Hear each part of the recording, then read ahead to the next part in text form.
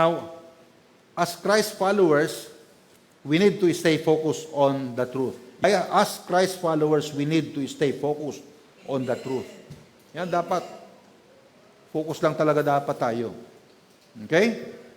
Now, Colossians chapter 3 verses 1 and 2. Tingnan natin. Colossians chapter 3 verses 1 and 2. Ito po yung mga sinabi ni Apostol Pablo para maranasan natin yung naranasan niya. Kasi Apostle Paul, the moment he got saved, he was so focused.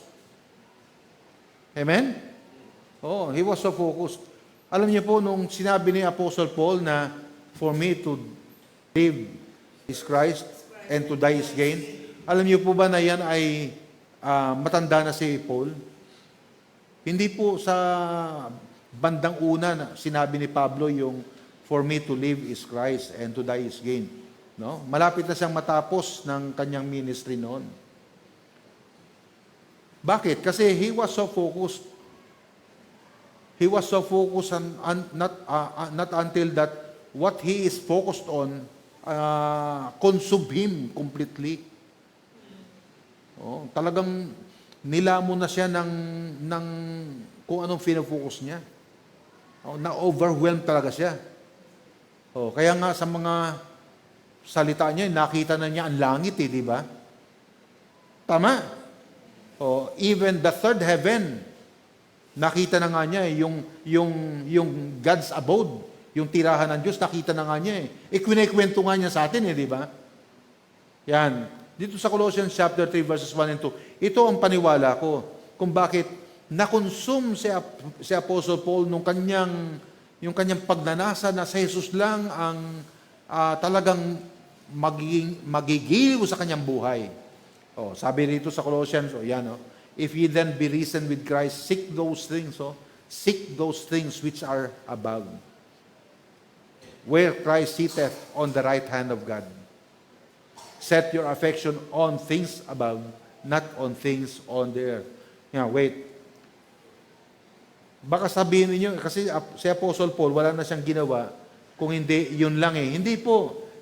Apostle Paul lived the way we live today. Do you believe that? Oh. Naglalaba rin yun. Walang labandero yun. Oh, ang hirap pa nga ng buhay nun di ba? Oh. Naghahanap buhay din siya, nagtatrabaho rin siya. Di ba, tent maker nga siya? Oh, hindi naman siya nagpasupport sa ministry niya Hindi. Walang nagsuporta sa kanya. He supported himself through doing tent making. Oh, kaya wala tayong masasabi na iba ang panahon ni Pablo noon at iba ang panahon natin ngayon. Mas dumali nga ngayon Tamo, mag-send ka ng message anywhere in the world Di ba? Isang pindot lang sa gadget ninyo, nandun ka agad di ba? Oh. Di ba? Humingi ka ng pera, kita mo, di ba? Mamaya nandyan, Remitly. Oh, di ba? Oh, samantalang ng panahon ni Pablo, wala nga yun Mas mahirap noon.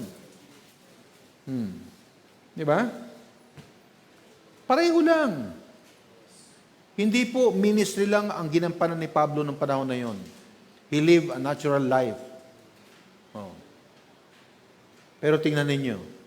Pero dahil ganyan yung kanyang focus. Ako po, hindi po ako nabubuhay ng pastor lang. Nagkakamali po kayo kahit na wala nang tao sa bahay, wala nang mga anak namin, pero ganun pa rin. No. Pero kinakailangan kong isiksik sa isip ko ito. Amen. No, set your affection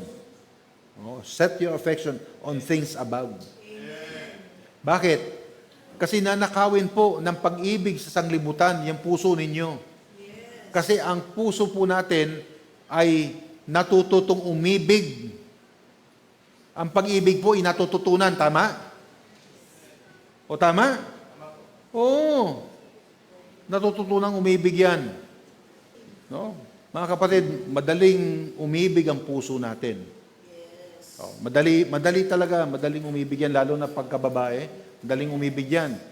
Ganun po yan mga kapatid, madaling umibig ang puso po natin, kaya ingatan natin. Kaya nga sabi ni Pablo set your affection on things above, not on the things on the earth. Wag.